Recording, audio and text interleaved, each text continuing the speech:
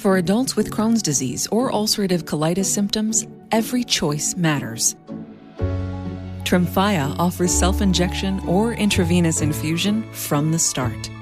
Tremfya is administered as injections under the skin or infusions through a vein every 4 weeks, followed by injections under the skin every 4 or 8 weeks.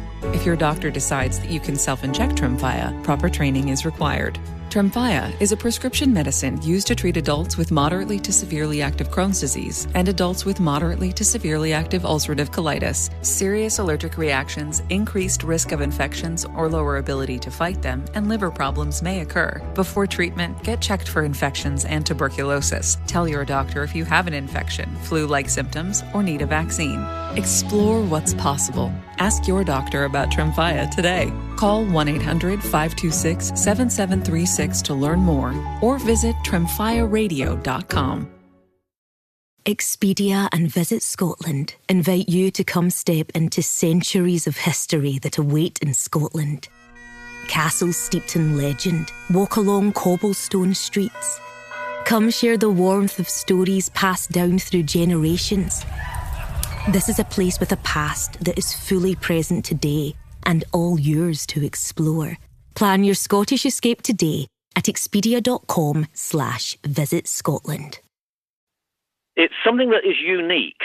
There is nothing else in our experience that we can compare it with. What does it actually feel like for you? I was shaking, and at the end of it, I was almost in tears, as were other adults. It's almost like the Rapture or something. I think that's a very good way of saying it, like the Rapture, yes.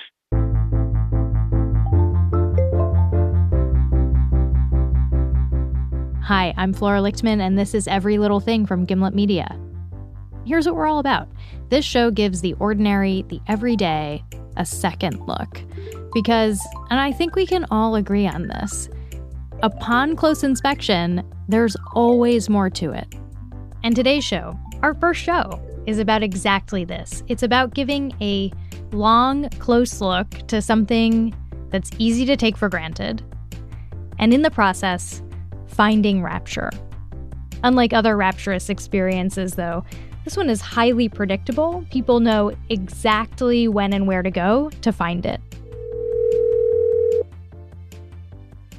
Thank you for calling the Outcountry Inn. How may I help you? Hi, I was wondering if you have any rooms available for August 20th and 21st? I'm sorry, I do not. Hilton Garden Inn at Owl Falls. Hi, do you have any rooms available for August 20th and 21st? Last I looked, we were sold out. No, I'm sorry, we don't. Yes, we just have couple suites left. That's all we have. And what's the rate?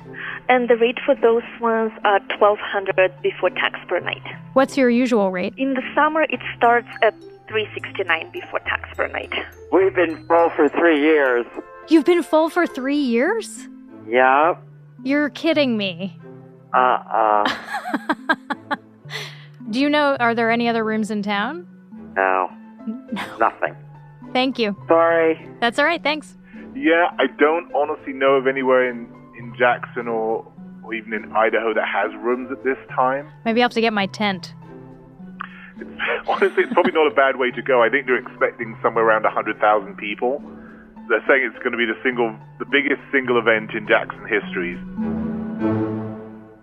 That's right. The biggest event in Jackson, Wyoming history is coming August 21st. And if you have your finger on the pulse of astronomical events, you already know what this is all about. And if you don't, here it is. A solar eclipse, in particular a total solar eclipse, will hit the U.S. on August 21. And if you're in Jackson, Wyoming, or a number of other spots across the country, you'll be able to see it. You know, if you can get a hotel. And if you can't, there's a group of people you can begrudge, people who organize their lives around seeing the moon block out the sun.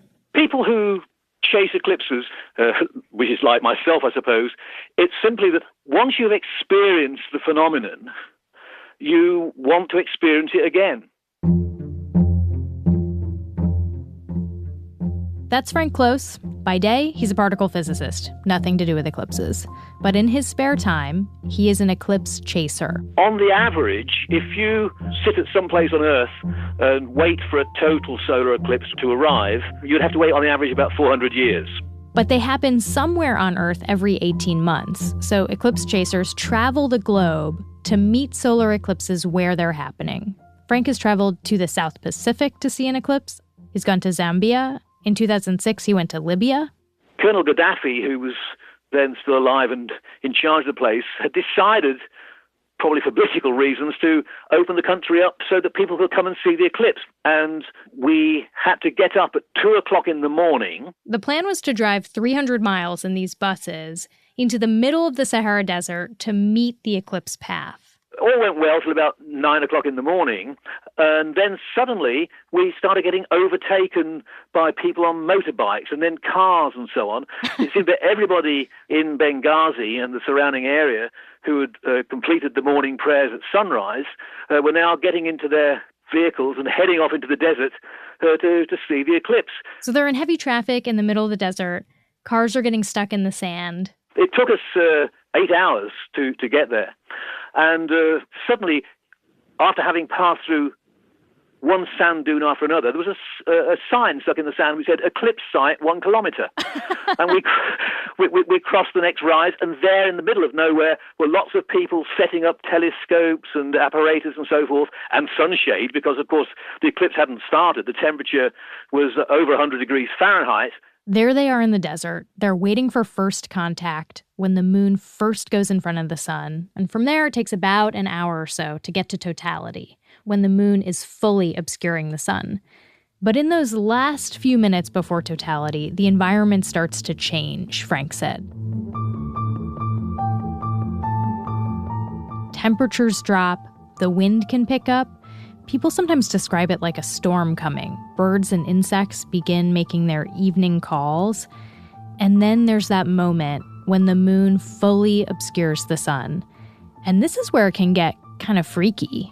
I could see this black hole in the sky with this shimmering, ghostly, silvery light around it. That's the solar corona. And then the shadow of the moon is darkness. You see the night sky above you. You can see Venus and a couple of stars.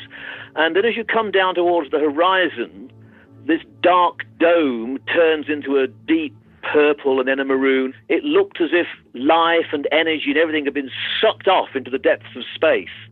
It does seem kind of frightening. Like our whole source of life on this planet inked out for a moment. In that moment, everything that you take for granted has suddenly gone. And then 2 minutes later, the sun reappears and you breathe a sigh of relief and life goes on. Frank has traveled to 7 total solar eclipses. He also wrote a book called Eclipse: Journeys to the Dark Side of the Moon, which comes out in May.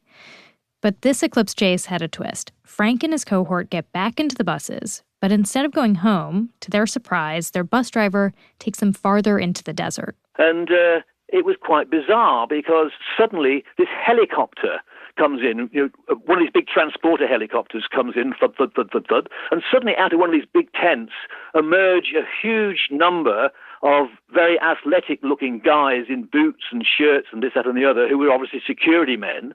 And it was either Gaddafi or a lookalike that had come in. And the way he was waving around, it was almost as if he personally had arranged for this eclipse to happen. It was quite a remarkable performance. Can you believe that you saw Gaddafi? You go to Libya once and you see Gaddafi? Well, at total solar eclipses, remarkable things happen. Okay, to get a total solar eclipse, you need 3 things. The first thing you need is for the moon to be between us and the sun. That happens every month. It's called the new moon, and it's when the back of the moon is illuminated, and we're looking at the dark side. So the question is, why don't we have a total eclipse every 29 days?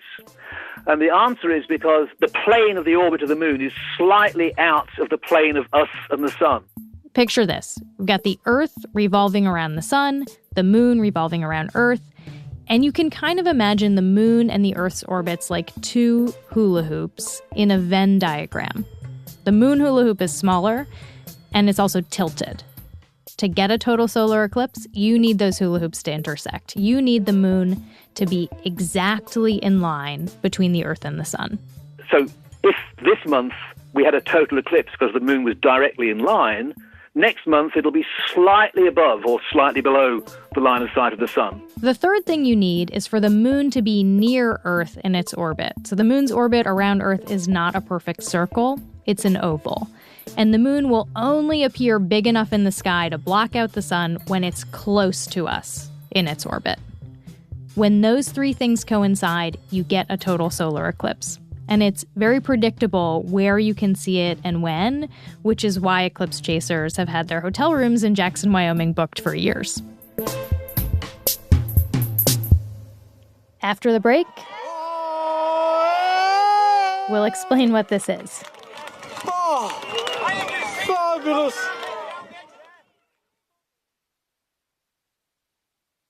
It is something that, as simple as I breathe, I'm going to the next total eclipse. That's Kate Russo. She's been to 10 total solar eclipses. It doesn't even occur to me that I'm not going to the next eclipse or the one after or the one after. And not only does Kate like watching eclipses, she's also interested in why people are so passionate about them. Kate's background is in psychology, and she's written books on eclipses and eclipse chasers. She actually has a new one coming out this summer. It's called Being in the Shadow: Stories of the First Time Total Eclipse Experience. So there's a feeling for the general population that eclipse chasers are just geeky, middle-aged men running around the world with telescopes. Are they mostly men? Yeah. Well, there are the invisibles who don't fall into that, that demographic, including myself. I think it is skewed for men because I think you need a bit of resources behind you to chase eclipses.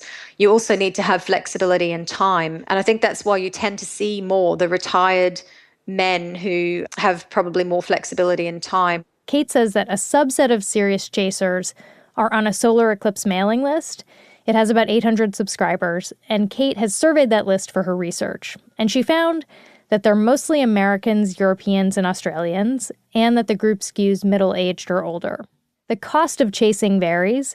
For example, Kate skipped the 2003 total solar eclipse in Antarctica because it was too expensive. If you put on your anthropologist hat, how would you describe the subculture? I suppose it's like any hobby or, group of fanatics or something. We all have our own quirks and language. We call someone who hasn't seen a total eclipse, we call them eclipse virgins. You're about to hear why, and I'm delighted to warn you that this might not be suitable for children. Oh my goodness. You're hearing some YouTube audio of people viewing a total solar eclipse. And I just want you to know that this was the first clip that I found, and it's totally representative. Well, there's similarities between the eclipse experience and the sexual response. Oh my goodness. Oh, come on. What a fabulous sight. Come on, look at that. That build up, that excitement. Oh.